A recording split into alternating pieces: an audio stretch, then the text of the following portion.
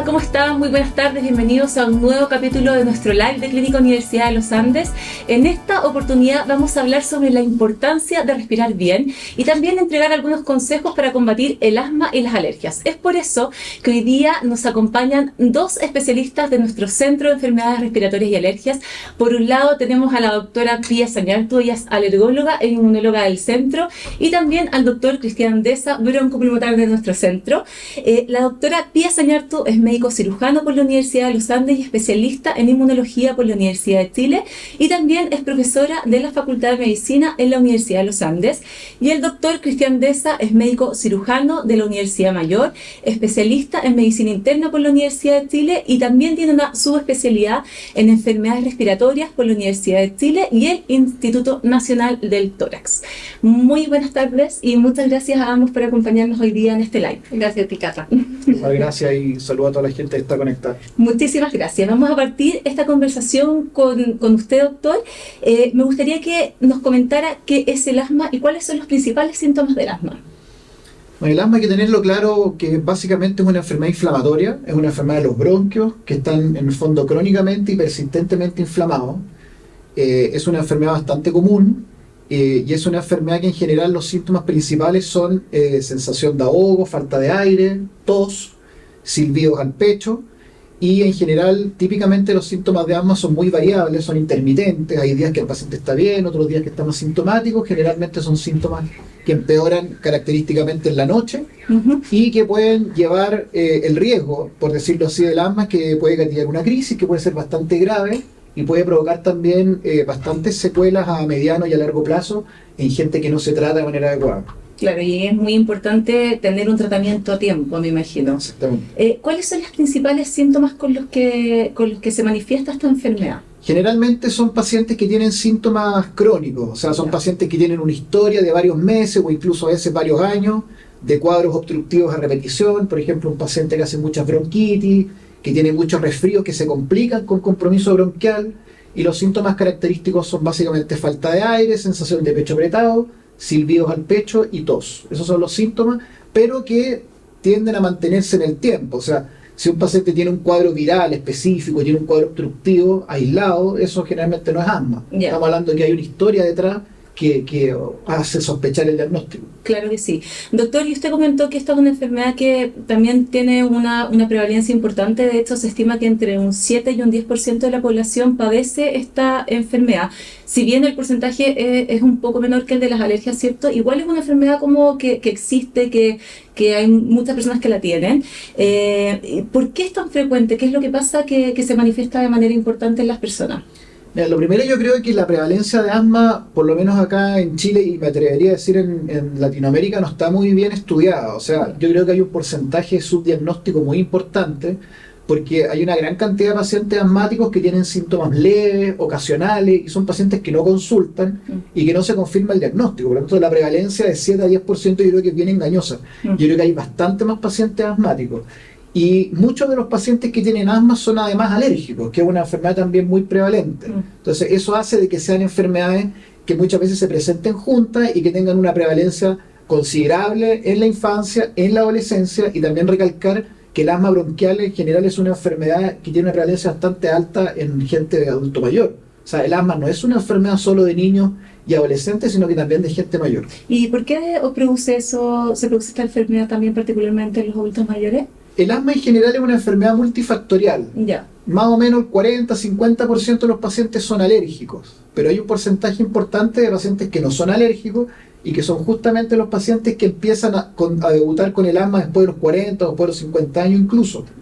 Al ser una enfermedad multifactorial, es una enfermedad que tiene un componente genético muy importante, sobre todo la gente alérgica. Hay un patrón hereditario y hay muchos factores ambientales que pueden hacer de que un niño, por ejemplo, sea asmático de adulto. Por ejemplo, exposición a humo de tabaco en el embarazo o en las edades tempranas, exposición a agentes contaminantes, niños que hacen cuadros virales muy recurrentes cuando son menores de 4 o 3 años, también es más probable que sean asmáticos más grandes. Estas son enfermedades complejas y son enfermedades multifactoriales en general. Claro que sí. Y doctora, me gustaría que nos comentara qué son las alergias, que son estas enfermedades, ¿cierto?, que están bastante relacionadas y comentarnos un poco en qué consisten las alergias, cómo se desatan. A ver, la alergia en general es una reacción exagerada del sistema inmune, ¿ya? Porque habitualmente nosotros estamos diseñados para no responder en forma tan inflamatoria a lo que son los alergenos de árboles, pasto, maleza, ácaro, pero cuando el sistema inmune, por algún motivo que vamos a ver después, sobre reacciona, se produce esta reacción alérgica, ¿ya?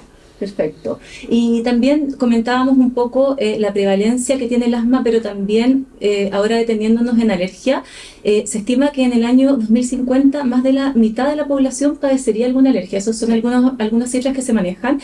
De hecho, según la OMS, la más común de estas alergias es la rinitis alérgica, ¿cierto? Más conocida como la rinitis estacional, que se dice que puede afectar incluso hasta un 25% de la población. También la misma pregunta que le hacía el doctor, ¿por qué también se trata de una enfermedad que es bastante prevalente y cómo se pueden evitar? A ver, lo que nombrabas tú, primero que todo, hay distintas causas, en el fondo no hay un único factor, en el fondo hay una causa genética, depende si es que el paciente tiene esta carga genética familiar para desarrollar alergia, depende también de dónde vive, de la contaminación ambiental, de lo que decía Cristian, del tabaco, ¿ya? Pero hay muchos factores que están influyendo en esto, y también está lo que se conoce como teoría de la higiene, que no sé si lo han oído alguna vez, que es bastante nombrada, donde actualmente tenemos pacientes que ya no viven en el campo, no están con la suciedad, las infecciones, ahora todos nos vacunamos prácticamente, por lo tanto el sistema inmune, en vez de estar preocupado de todo este tema de las infecciones, se produce un desbalance y aparecen todas las células de la alergia, ¿ya? Y el sistema inmune asociado a las reacciones alérgicas. Por eso también, por eso se llama la teoría de la higiene. Somos tan limpios ahora que no nos enfermamos tanto, pero tenemos más alergia. Claro. ¿Ya? Qué interesante esa teoría. Y también, doctora, con respecto a estas alergias, si bien existen distintos tipos y la más frecuente es la estacional, ¿cuáles son esos síntomas con los que tenemos que estar como alertas para consultar y decir, esto puede tratarse de una alergia, tengo que ir al médico, ver qué pasa? Ya, mira, el concepto estacional uno lo asocia obviamente segundo semestre, primavera, verano, que es lo que en general llegan los pacientes con los síntomas que uno le dice, mire, en general son 4 síntomas característicos. El más importante de todo es el prurito, picazón. Yeah. Les pica la nariz, les pica el oído, la parte de atrás del paladar, los oídos, ¿ya? Lo otro es que tienen agua, rinorrea, que es agua nasal transparente, estornudos repetidos y nariz tapada, congestión nasal, claro. ¿ya? Entonces generalmente uno pregunta por esos 4 síntomas, ¿ya? Y lo importante es ver en qué época parte, porque él te dice estacional, ok, de acuerdo, uno asume que es primavera-verano, pero ¿en qué época? Es súper importante preguntar, no es lo mismo en agosto, septiembre que noviembre, diciembre, porque la época de polinización tiene un orden. Primero polinizan los árboles, incluso con el cambio climático nos hemos ido más hacia finales de julio, incluso agosto, y ya no están desde septiembre. Entonces primero polinizan los árboles, después los pastos, octubre, noviembre, y diciembre, enero, febrero las malezas. Entonces es muy importante preguntarle ¿cuándo tiene esos síntomas? ¿Por qué? Porque además tenemos una página web que se llama polenes.cl, que tú puedes ver qué es lo que está polinizando esa semana. Entonces si el paciente llega esa semana con muchos síntomas, tú miras la página y ves, ok, estamos en un pic de pasto. Ahora, lo bueno es que uno puede identificar el gatillante y tenemos las pruebas, los test cutáneos para confirmar si efectivamente es solamente árbol y pasto, o árbol, pasto y maleza, ¿ya? Claro. Eso en relación a lo estacional. Ahora, estacional también tenemos de invierno. Hay árboles que polinizan en invierno, como el fresno y el ciprés, que es de mayo, junio, julio. Y hay pacientes que tienen síntomas en esa época. Y uno dice, pero no es estacional, bueno, es estacional de invierno. Y lo otro, que también los pacientes pueden tener estos síntomas, los 4 síntomas que te nombré, durante todo el año. Y ahí hay que ver si es un tema de ácaros. Los ácaros están todo el año, sobre todo en el invierno, en regiones húmedas, cuando hace frío, o preguntar por las famosas mascotas que ahora están súper de moda después de la pandemia. Claro, ¿Ya? o sea, hay distintos factores y estos síntomas que comentó son súper importantes de tener en cuenta. Y de todos, el más importante yo creo que es el prurito, la picazón. Una alergia que no pica, uno dice, a lo mejor no es alergia, pero la alergia pica. La alergia pica, ya, eso es súper importante tener en cuenta, doctora. Y doctor, la pregunta que le quería hacer también a usted es, ¿en qué se diferencia entonces el asma de las alergias? ¿Cuáles son las principales diferencias? O sea, en realidad son enfermedades distintas, o podríamos decir que en los pacientes que son asmáticos y son alérgicos es la manifestación de la alergia en los bronquios, en el fondo del asma. Básicamente es eso. Un paciente que tiene alergia de rinitis muchas veces también tiene alergia en los bronquios, y esa alergia de bronquios es asma en general.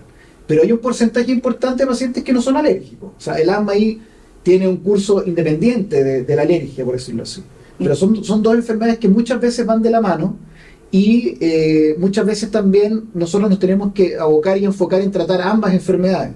Porque si yo tengo un asmático que es alérgico y yo me preocupo de dejarle un inhalador para el asma, por ejemplo, pero no me preocupo de tratar la alergia, el paciente no va a lograr controlar el asma de manera adecuada versus un paciente que se trata las dos cosas, con el tratamiento que sea. Claro. Es como cuando uno le explica a los pacientes, mira, esto es como el concepto de vía aérea única. En el fondo, imagínate que tienes un tubo. ¿Ya? Si la parte de arriba del tubo está inflamada, yo no lo manejo, no lo controlo, la parte de abajo se va a descontrolar. Claro. Si yo manejo la parte de arriba de la vía aérea, automáticamente vamos a controlar en algo la parte de abajo. O sea, es una vía aérea súper conectada, una vía aérea única que yo tengo que tener controlado arriba y abajo. Son enfermedades que comparten mecanismos similares en el fondo. Sí. La diferencia es que una es de vía aérea alta y el asma es de los bronquios, de la vía aérea inferior. Claro que sí. Y eso que comentan es súper importante. O sea, como generalmente son enfermedades que van de la mano, en muchos casos, la importancia de manejarla de manera... de una buena forma y también complementaria. Por eso estamos los dos hoy día acá. Exacto. Y me parece muy bien porque podemos abordar estos temas que son tan importantes, ¿cierto? La importancia y las ventajas que tiene respirar bien. Doctora, le quería preguntar ahora, ya tocamos un poco los síntomas de la alergia, ¿cierto? Que son como bastante puntuales, ¿cierto? Y que ahora me gustaría que nos comentara si las alergias se pueden evitar, cuándo y cómo es la mejor manera de empezar un tratamiento y en qué consiste también este tipo de tratamiento. Ya, mira, a ver, ¿se pueden evitar?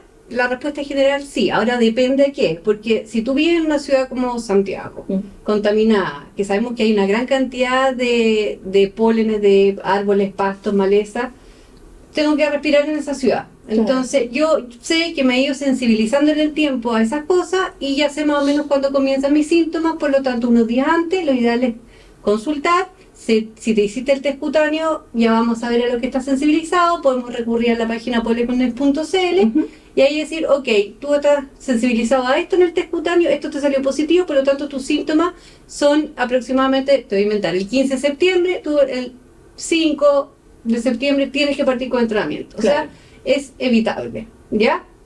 Ahora, lo que es más evitable aún, si un paciente que es genéticamente atópico, alérgico y quiere tener animales, ojo, o sea, hay que pensarlo bien, si quiere tener mascotas, perros, gatos, o por ejemplo, si el paciente vive en zonas húmedas como la playa, etcétera, uno le puede decir, si es que puede, obviamente depende de muchos otros factores, que se puede cambiar de ciudad para vivir y va a andar mucho mejor de los síntomas, ¿ya?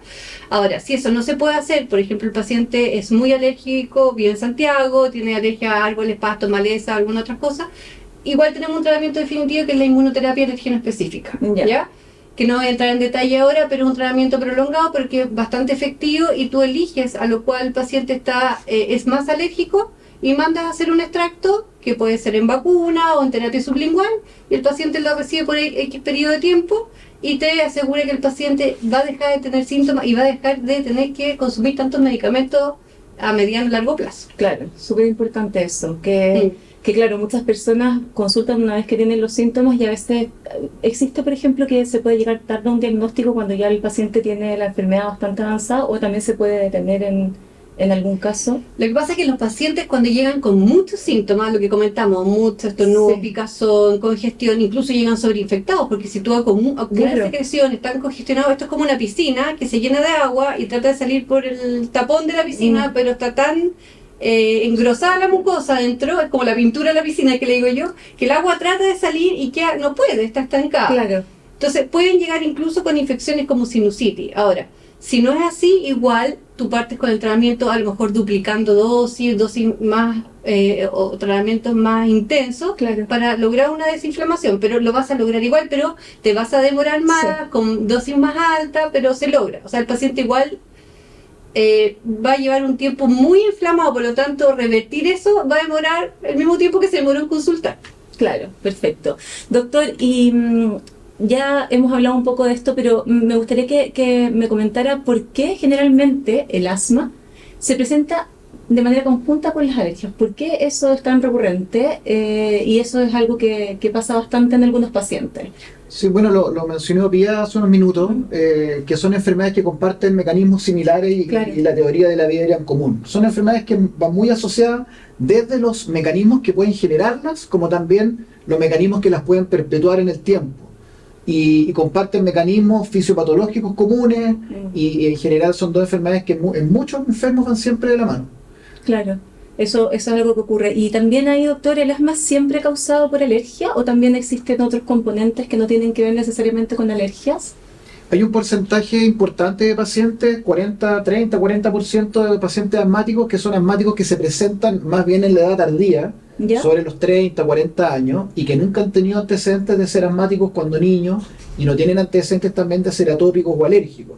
Ya. Y ese tipo de asma, la verdad es que nosotros que lo vemos en la práctica, en general, son pacientes asmáticos que tienden a tener mayor severidad y tienden a tener menos respuesta a algunos tratamientos que los pacientes que son asmáticos alérgicos en general. Ya, perfecto. Y lo que dice Cristian, en el fondo hay pacientes que, claro, no llegan a nosotros, por ejemplo, que están con una rinitis espantosa, a lo mejor no realizan bien el tratamiento y a los días o semanas comienzan con un síntoma asmático porque Sí. nuevamente llegamos a lo mismo, descompensado la parte Sí. de arriba del tubo, se descompensa en la parte de abajo. Lo Claro. otro que es importante en el asma, que todavía no lo he dicho, pero yo creo que es importante recalcarlo, Ujú. el asma es una enfermedad muy heterogénea.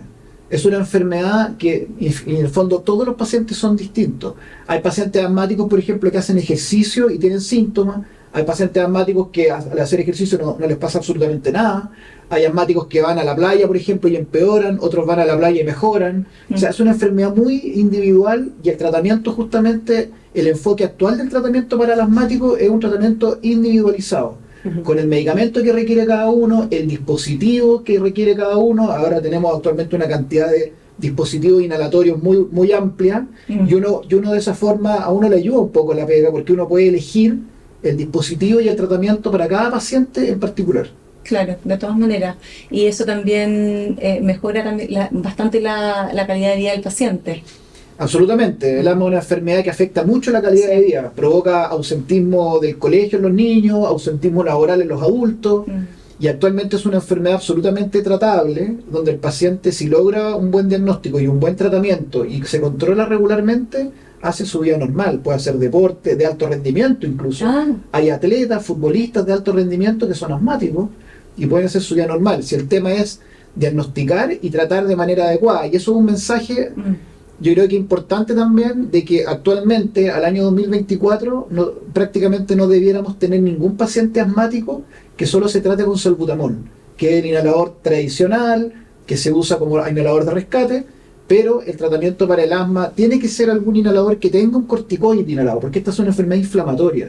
Y se ha demostrado que los pacientes que usan mucho salbutamol, a la larga tienen más complicaciones, se hospitalizan más, y muchos de ellos dejan de usar el inhalador que realmente impacta en pronóstico y en disminuir complicaciones, que es el corticoide inhalado. Es el tratamiento pivotal y fundamental para todo paciente asmático. ya, súper importante eso. Y evitar que señala. usen corticoides orales, que eso Claro. que hay muchos pacientes que se automedican y en el fondo es súper contraproducente. Claro, y ahí también podríamos detenernos en ese punto que comentaba, doctora, sobre los riesgos que tiene la automedicación, ¿cierto? Porque siempre está la posibilidad de acceder al remedio que te entrega un amigo o que uno se lo Sí. puede conseguir de alguna manera con algún familiar. ¿Cuáles son los riesgos que tiene también la automedicación con las alergias? Bueno, depende del medicamento, porque en el fondo, como hablaba Cristian, los pacientes que llegan y toman prednisona, corticoide, Claro. entonces la prednisona tiene muchos efectos secundarios, desde alterar cosas básicas como el ciclo sueño-vigilia, alteraciones de la glicemia, osteoporosis, bueno, un sinfín de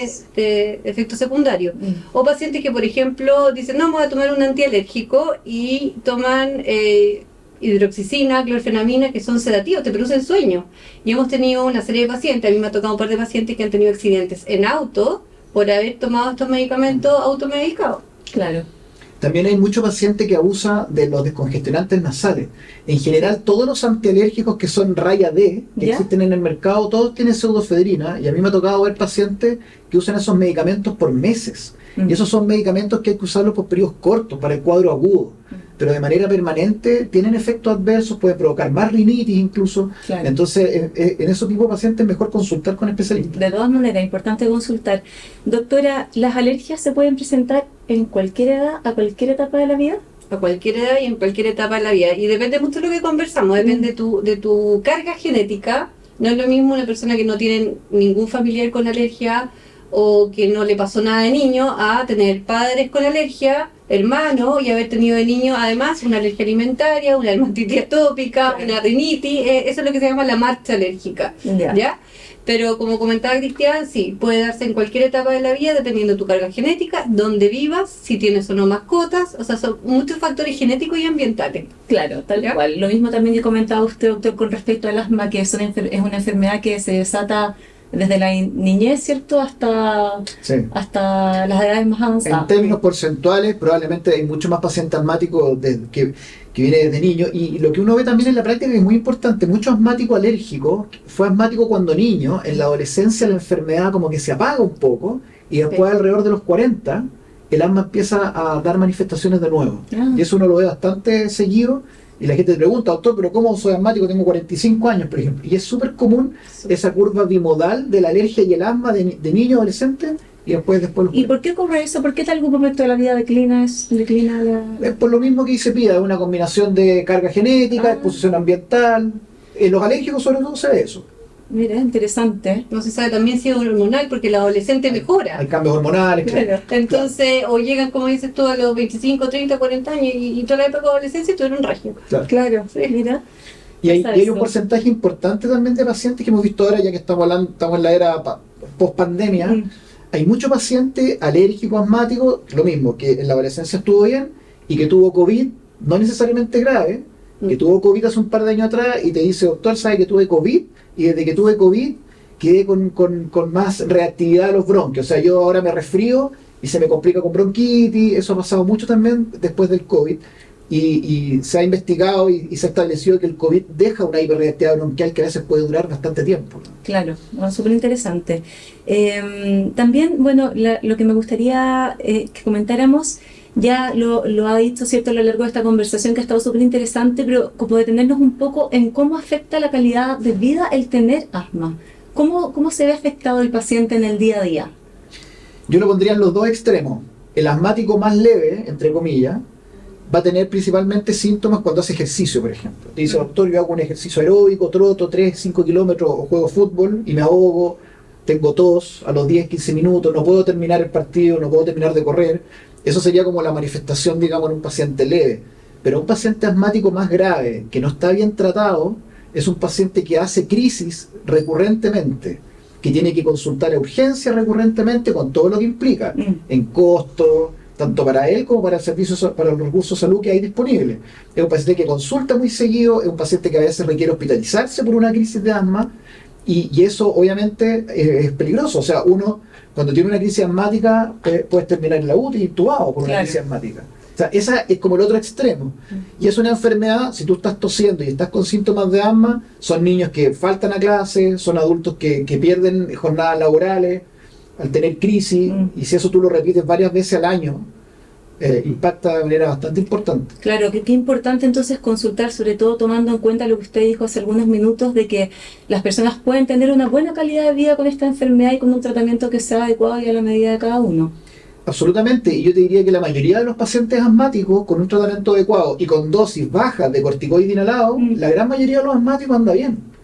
El asma severa, por suerte, es un porcentaje muy pequeño de todo el conjunto de asmáticos. estamos hablando del 5% de los asmáticos tienen un asma severa, que requiere ya medidas terapéuticas más avanzadas. Pero la gran mayoría de los pacientes, sobre todo los alérgicos, evitando las exposiciones ambientales y tratándose de manera adecuada, con eso tienen una vida normal. Claro que sí. Súper bueno que lo comente, porque muchas veces esta enfermedad puede asociarse como a estos casos más complejos, pero tomando en cuenta un buen tratamiento, uno puede tener una muy buena calidad de vida. Exactamente. Y el buen tratamiento, insisto, evitar el salbutamol. Eso es clave. La gente que usa salbutamol no anda bien del asma. De hecho, si a mí un asmático me dice, doctor, estoy usando salbutamol todos los días, yo paro la antena al tiro y digo, este paciente tiene un asma mal controlada. Claro. Es un signo de mal pronóstico, en el fondo. Perfecto. Y doctora, ahora, ¿qué nos podría decir también usted con respecto a las alergias? ¿Cómo afecta la calidad de vida de las personas, de una persona que vive con una alergia de manera constante o que hace alergias de manera recurrente? Ya, acá es distinto que lo tuyo, porque en el fondo el rinítico se aguanta más. Ya, el rinítico le empieza a picar la nariz, estornuda, le corre agua, se congestiona, le empieza a molestar, pero no consulta hasta que está muy congestionado. ¿Ya? Y cuando está muy congestionado llega y hay que empezar a desinflamarlo, y ahí, claro, obviamente que tú le vas preguntando, o yo te pregunto a ti, ¿qué pasa si tú estás tapado la nariz? ¿Cómo duermes en la noche? Claro, duermes muy mal. Te despiertas en la noche, si duermes mal, oxigenas mal, tienes un sueño no reparador, por lo tanto, ¿qué te pasa a las 11 o 12 del día? Tienes mucho sueño. Estás muerta de sueño y quieres dormir. Entonces, tú le vas preguntando al paciente y dice, sí, por eso ando tan cansado y no rindo en lo que decía Cristian en el colegio, o no rindo en la universidad, me da pésimo las pruebas, en el trabajo me están llamando la atención, y tú lo empiezas a destapar. Claro. Y tú dices, perfecto, sigue esto, tal cual, y llegan al mes y dice, increíble, no me daba cuenta cómo no respiraba.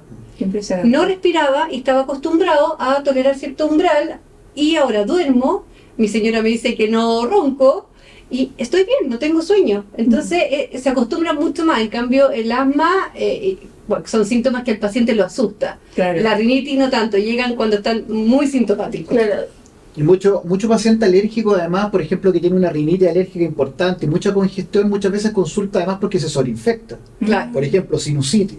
O sea, Claro. un alérgico no tratado y que tiene, por ejemplo, algo anatómico en las fosas nasales y tiene desviado el tabique, o que tiene los cornetes inferiores muy grandes, muchas veces consulta además cuando ya está con la sinusitis, que en el fondo es una complicación de una alergia no tratada.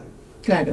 Que es lo que te decía yo de la piscina. Imagínate, la piscina con la pintura engrosada que es la mucosa, Claro. y el agua quiere salir por el tapón y no puede porque está todo inflamado. Entonces, ¿qué pasa con el agua? Se estanca. Y eso Claro pasa que con sí. las secreciones y ocurre la sinusitis. Claro que sí. Doctora, y usted dentro de los tratamientos que mencionó, habló de la inmunoterapia hace algunos minutos. Ujú. ¿Existe también otro abanico de tratamientos para pacientes con alergia o principalmente se abordan con la inmunoterapia? No, bueno, igual que lo que hablaba Cristian, primero cuando el paciente está iniciando los síntomas, estamos viendo en qué época son, obviamente uno ocupa los antihistamínicos, los inhaladores nasales con corticoides, otros medicamentos que se llaman antileucotrienos, uno va escalando, ¿ya? Incluso existen las terapias biológicas para rinitis, para asma. Ahora, si uno ya va viendo que el paciente tiene X años en esto, es la misma temporada, se hace el test cutáneo, vemos que lo que es alérgico, y tú vas viendo, es alérgico a más B, y puedes hacer una inmunoterapia para A y más B, que es un extracto, que no vamos a entrar en detalle, pero es el tratamiento definitivo de la alergia. Perfecto. Y bueno, ahora para que podamos ir cerrando, me gustaría que transmitiera, doctor, un mensaje sobre la importancia de consultar, también a quienes se han ido conectando a lo largo de esta conversación, si pudiera mencionar brevemente los síntomas a los que hay que estar muy alertos, muy alertas, y también entregar un mensaje de autocuidado y también la importancia de realizarse un tratamiento a tiempo y que sea la medida para cada paciente. Yo creo que el mensaje final, claro, tiene que ser enfocado a eso, principalmente lo que tú dices. Si tienes síntomas de que no puedes respirar, que tienes tos en la noche, que tienes muchos cuadros bronquiales a repetición, eso lo más probable es que sea asma, y el mensaje es a consultar, porque es una enfermedad que, si bien muchas veces no le tomamos el peso, o que pudiera parecer banal, pero no lo es, puede ser una enfermedad que da muchos problemas, que puede incluso riesgo de tener una crisis grave. Entonces, ese sería el primer mensaje: consulte cuando tenga estos síntomas.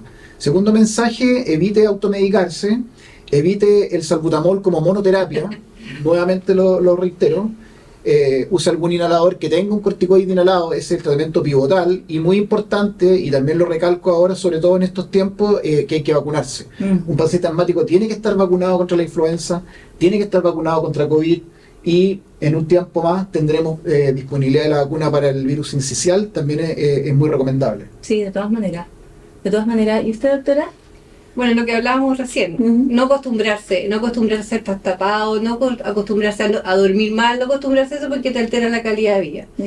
Y lo otro también, que está de moda, es el tema de las mascotas. Entonces, si tú eres alérgico, tienes una carga genética alérgica y ya sabes que conviviendo con una mascota puedes empezar a presentar rinitis alérgica o ser asmático, ojo, pensarlo bien antes de tenerla. Sí, de todas maneras. Otro mensaje como bronco-pulmonar, obviamente, es no fumar. O sea, es como de perogrullo, pero hay asmáticos que fuman y es una pésima combinación. O sea, un asmático que fuma es un asmático que hace más crisis, que responde menos a los inhaladores y que tiene más complicaciones a largo plazo. Claro que sí, y me imagino que los alérgicos también influye el tabaco, Por supuesto, ¿no? sí. Tiene más sobreinfecciones, más sinusitis, por ejemplo. Ya. Súper importante entonces que tengamos, que prestemos atención a estos consejos que entregaron. Les agradezco mucho el haber estado hoy día con nosotros y también a todos los que se conectaron. Y bueno, si quieren pedir alguna hora con nuestros especialistas, pueden ingresar a nuestra página web www.clinicauandes.cl, y también para quienes son de región y tienen la inquietud de consultar, tienen síntomas y encuentran que es el minuto adecuado hacerlo, tenemos nuestra unidad de paciente regional, también pueden ingresar ahí, tenemos telemedicina, pueden ingresar a la página nuestra de la clínica y también al Centro de Enfermedades Respiratorias y Alergias, donde además de encontrar a estos especialistas que nos acompañan hoy día, van a encontrar también un equipo multidisciplinario para que puedan consultar, así que los dejamos invitados y también aprovechar de agradecerles a ambos por habernos acompañado hoy día en este interesante espacio, así que muchas gracias. Gracias a ustedes. Gracias. Saludos a todos que están conectados. Muchas gracias a todos quienes se conectaron y nos vemos en un próximo live. Chao, chao.